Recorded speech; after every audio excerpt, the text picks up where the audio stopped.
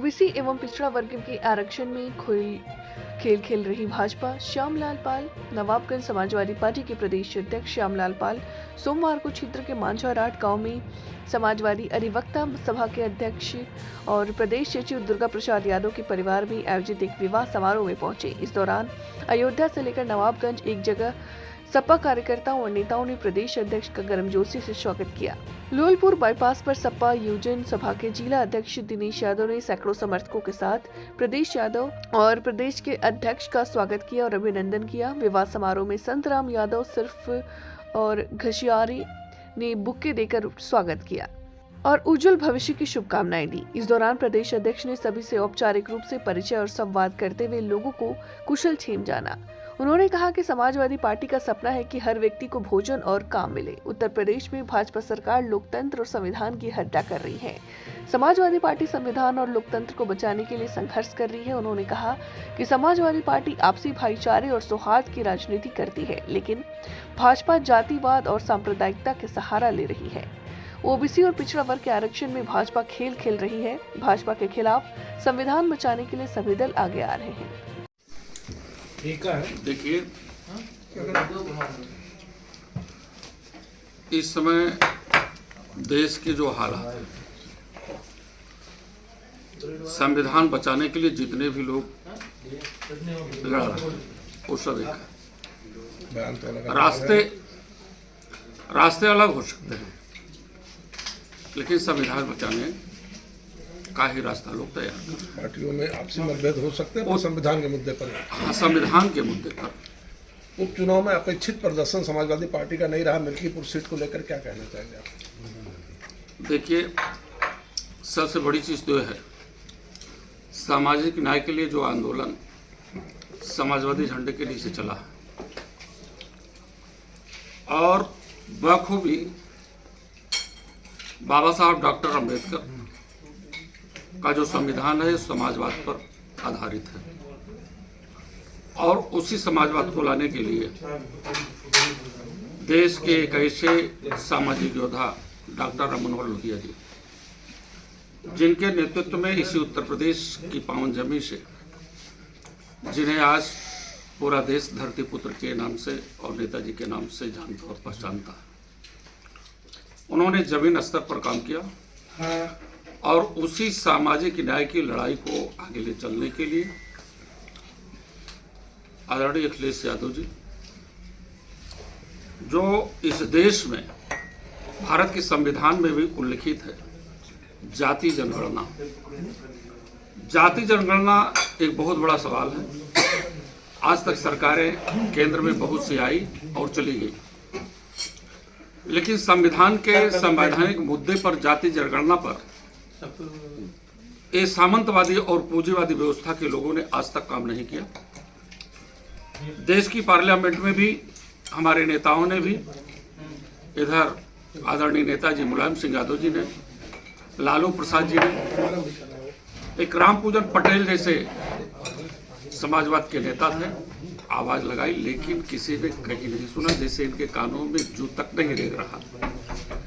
अब उस चीज की मुहिम 2024 में लोकसभा के चुनाव में उत्तर प्रदेश की जनता ने दिखा दिया और भारतीय जनता पार्टी का जो एक बड़ा सपना था कि हम उत्तर प्रदेश से दिल्ली के रास्ते को तय करेंगे, उसका जवाब उत्तर प्रदेश की जनता ने दे दिया कि इनका दिल्ली का रास्ता सदैव उत्तर प्रदेश बंद कर देगा।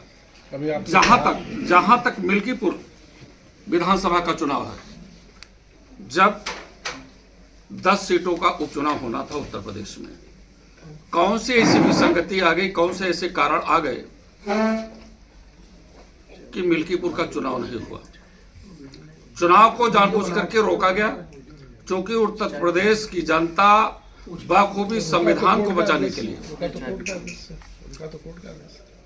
कोई कोर्ट का आदेश नहीं, ये सरकार तो यही करती है ना। 69,000 टीचर्स की भर्ती में हाईकोर्ट ने क्या कहा कि आपने गलती की है। मुख्यमंत्री जी को भी निर्देशित किया गया कि आप सही रिजल्ट बनाओ और सही लोगों को नौकरी पर ले जाओ। इन्होंने बैकडोर से 69,000 की नौकरी में जो ओबीसी SC ST का रहा है 19,000 नौकरियों की बेईमानी की है और एक बैकडोर से सुप्रीम कोर्ट चले गए। ये तो इनका काम है कोर्ट में ले जाना। आप कोर्ट की बात करते हैं, कोर्ट तो यहाँ संभल में आप देखा ना, एक पक्षी बात सुन करके कोर्ट कह रहा है कि सर्वे करिए। संविधान का अनुच्छेद, संविधान के अधिनियम एक्ट्स कहते हैं कि 15 अगस्त सन 1947 के पहले जो जहां अपना पूजा का स्थल बनाया है वहां पर पूजा पाठ करेगा। लेकिन उत्तर प्रदेश की सरकार योगी ने क्या किया? तो इसलिए मैं कहना चाहता हूं कि ये संविधान के विरोधी लोग हैं और लोकतंत्र की हत्या पर उतारू हैं। क्या न्यायालय सत्ता के सारे पे काम करेगी सर? बिल्कुल, न्यायालय को चाहिए संज्ञान में दोनों पक्षों की बात को लेकर के। आप बताएं कौन सी कार्रवाई हुई? मैं आपके माध्यम से जानना चाहता हूं, एक महिला वोटर्स जब वोट देने के लिए मीरापुर की विधानसभा सीट में जाती है, इंस्पेक्टर रिवॉल्वर दिखाता है। किस संविधान में लिखा गया है कि पिस्तौल के बल पर वोटरों को रोको? ये लोकतंत्र के खिलाफ बात है। इसलिए हम लोग संवैधानिक मुद्दे को लेकर के, अभी आपने कहा कि नेताजी धरातल पे संघर्ष करके, क्या घर नहीं लग रहा है कि समाजवादी पार्टी की जो पहचान थी संघर्ष और आंदोलनों की, उसमें कुछ कमजोरियां आई हैं? किसानों के मुद्दे पे, बेरोजगारी के मुद्दे पे, विभिन्न मुद्दों पे, किसानों के मुद्दे पर देखिए, किसानों के मुद्दे पर सदैव समाजवादी पार्टी के नेता आदरणीय मुलायम सिंह यादव ने भी काम किया। उसी रास्ते पर चल करके जब भी अवसर मिला 2012 से लेकर के 17 तक किसानों के लिए आदरणीय अखिलेश यादव ने भी काम किया।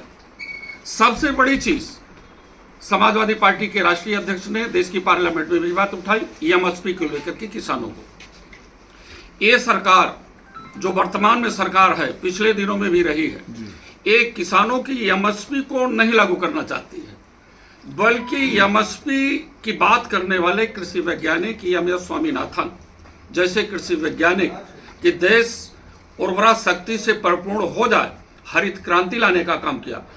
उनकी आवाज थी कृषि वैज्ञानिक की कि एमएसपी लागू हो, किसानों के उत्पादन का सही मूल्य मिले। उसकी बात चौधरी चरण सिंह ने किया। ये भारत रत्न तो दे सकते हैं, लेकिन किसानों का जो शोषण हो रहा है, जो उनके खून के साथ जो है अन्याय और अत्याचार हो रहा है, वो सरकार नहीं कर रही। आए दिन प्रतिदिन देश में किसान आत्महत्या कर रहा। डेली कहीं ना कहीं आप देखेंगे पेपर लीक के मामले में, जब पुलिस का पेपर लीक होता है, नीट की परीक्षा का पेपर लीक होता है, छात्र नौजवान डिग्रियों को फाड़ करके फांसी के फंदे पर चढ़ जाए। क्या संविधान गवाही देता? लोकसभा चुनाव के नतीजों की आपने